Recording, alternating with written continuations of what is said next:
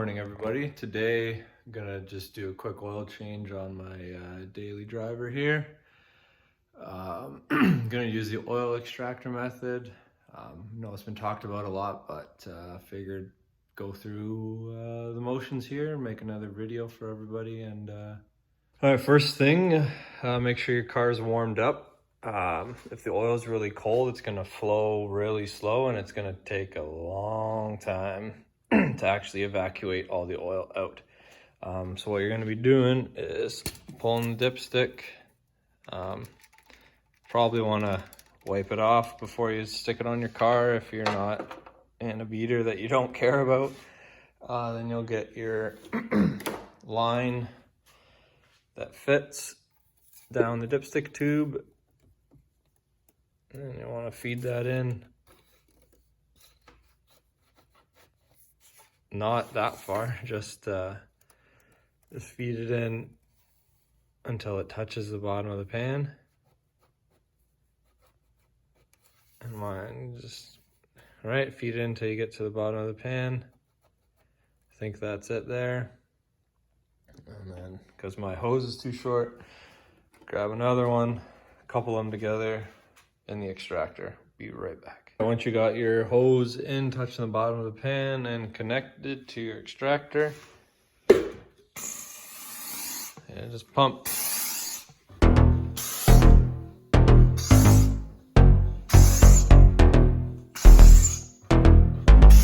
Out it comes.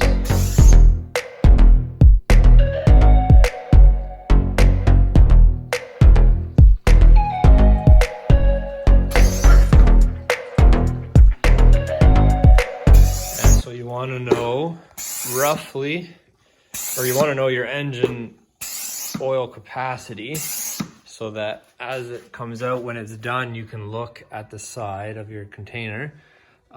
Depending on which one you have will depend where the marks are for the volume that's actually in the extractor. Then you know whether you got it all or most of it or whatnot. I know Humble Mechanic did a video on this, showing the difference between sucking it out and pulling the drain plug on his vehicle. He determined that there was a very small amount actually left in the pan after doing this method. So, I mean, it's up to you. If you're worried about that last little bit, then you probably aren't going to be doing this method. You'll be doing typical put it up on stands and pull the plug. But if you're comfortable leaving that tiny little bit, I think he said around 100 milliliters was left, then yeah, so you just make sure you suck it all out, and we'll be back in a few minutes once that's done. All right, once it's almost done, the hose will start shaking and you'll hear it sucking air. And you know that's almost done, but you definitely need to pull the filter off, because when you pull that off, all the oil that's held in the filter is going to drain down into the pan. So normally I would do that while that's still sucking, but I didn't this time, so I'm going to pull that off, suck the rest out of the pan. I always suck some more out of the filter housing. I'll show you that in a minute. Grab your filter socket, crack it loose, and yeah, loosen it off.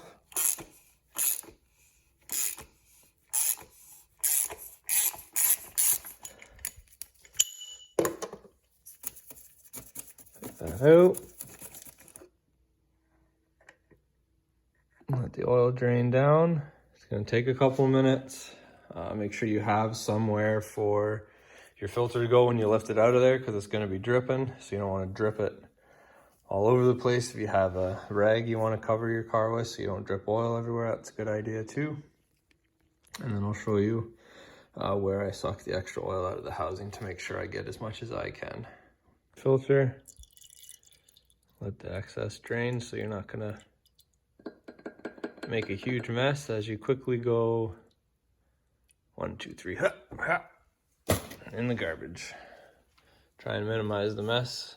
Of course, I still make a bit of a mess, but it is what it is. And then I like to grab the hose and stick it in there. There's a low little channel at the front there. I feed it in all the way down the bottom. And then I will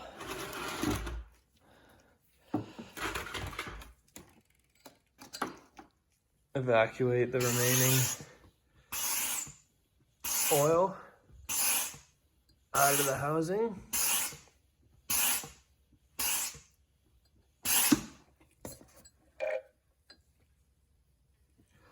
And give it a few good pumps so there's some vacuum held up in there. And I can kind of move this hose around. Kind of move the hose around and get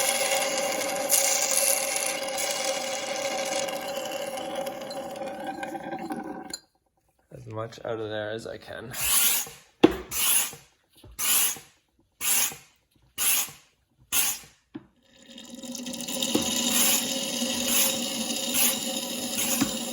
Okay, I got that all done. As good as it's gonna get. And again, I mean, you're not gonna get that out anyways if you're not using the extractor method. So put that back down in there. So you can finish sucking out the bottom of the pan from when I pulled the filter. Pump, pump, pump.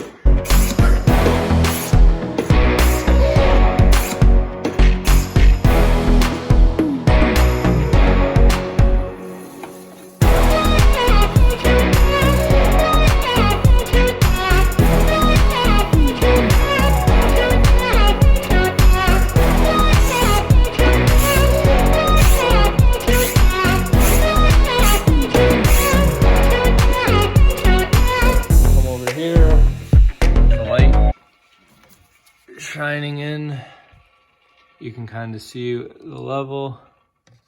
It's way down there. 3.5, 4 liters. So right around 4 liters. It's in there right now, so there's probably still some more to go. So it takes a little bit more than 4 liters, so we'll keep playing around here. So I'm gonna get the dipstick to the back of the pan, or the hose. And then keep going until you get as much out as you figure. This car's also high mileage and probably burning some, so if it's a little bit short in there, that's not a huge surprise to me. I'm comfortable, I've got all the oil out, pull the hose out, put the extractor off to the side and away. Obviously there's still going to be some residue and oil in the hoses, so just keep that in the back of your mind when you take them out and you're going to store them somewhere. Stuff's going to drip out, so if you can store it somewhere, have somewhere convenient for it to drip into, keeps mess to a minimum and keeps your work area clean. All right, then you want to grab your filter housing cap, I guess. I'll give it a quick wipe down so you're not dripping oil everywhere. Take your old seal off, throw that in the trash. New MAN OEM filter, basically. Put your filter in. It says top on it, so you can't really screw that up. If you do, if you can screw that up, you probably shouldn't be doing your own oil change, but I'm confident that if you're at least attempting to do your own oil change, you can handle top. New seal, get a little bit of old oil, lubricate your seal, and slide her on. Be careful not to twist or kink or overstretch your seal as you put it on. Make sure you get it all the way down into the proper groove there. Make sure you got some nice oil on it to lubricate the seal.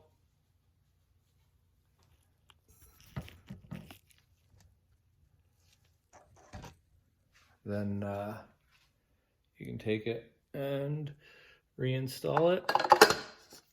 thread it down. Thread it in by hand first. Get it kind of hand snug. Torque spec is on there if you feel so inclined to torque your oil filter.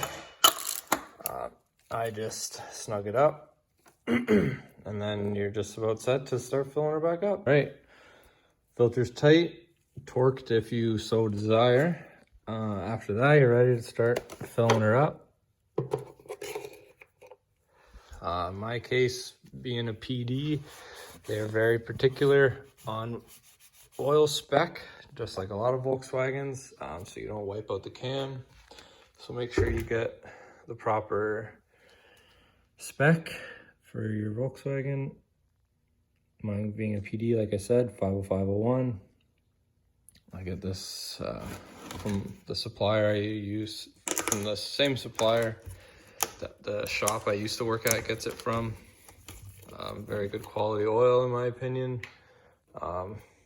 Been very lucky so far with it, so I'm gonna continue using this. Obviously I'm gonna need 2 hands to pour it. Feel free to use a funnel unless you're feeling a little adventurous.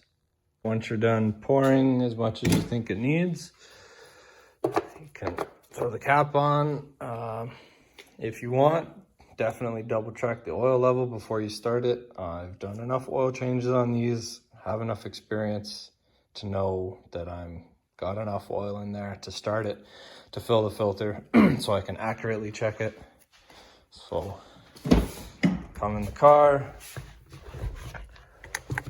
open the garage door because it's closed and we don't need to fill the shop with diesel smoke. Start her up, let her run for a minute or so here.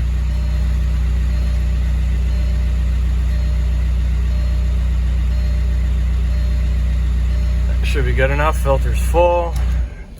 Shut it off. I'll let the garage air out a bit because it does obviously still smell in here a bit. But yeah, you want to let it sit, especially to let all the oil drain back down into the pan.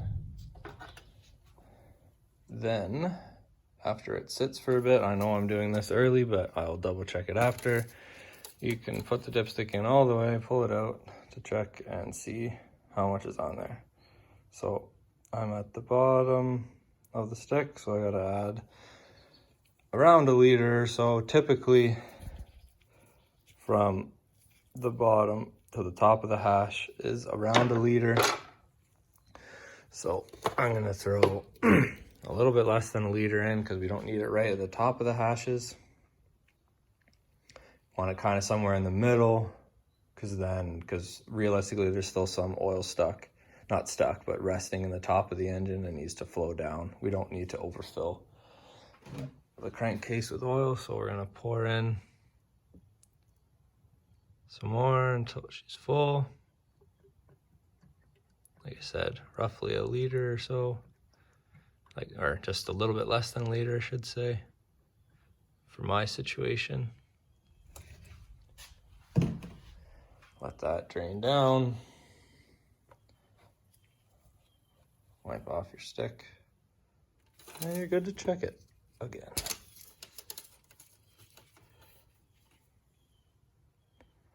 And there you have it.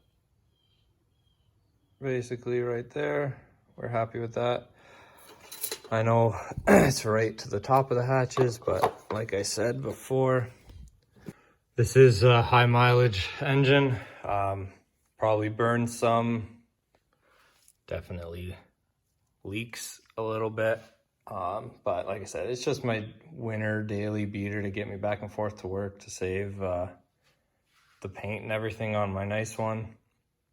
So some slight weeping and a little bit of burning and whatever I'm okay with on this vehicle because of what its intended use is. Yeah, so yeah, double check the level and you're laughing. When you buy a 5 liter jug, there's gonna be some left. So I save it all up, and eventually after a few oil changes, you get You don't have to buy another jug of oil because you have a full one, or if you do need some top-ups, partway through the service intervals, then you have some oil for top-ups. Yeah, so other than that, clean up your mess, write yourself an oil sticker or a note somewhere so that you know when you're due, so you don't have to try and remember, especially if you got a few cars. And that's that. I hope you enjoyed. Hopefully it was informative or educational, or it entertained you for the couple of minute long video that this is going to be. Yeah, thanks for watching. Like, comment, subscribe, and we'll catch you on the next one. Probably going to be setting an airbag off and launching something into the air. I got an airbag laying around, so let's have some fun.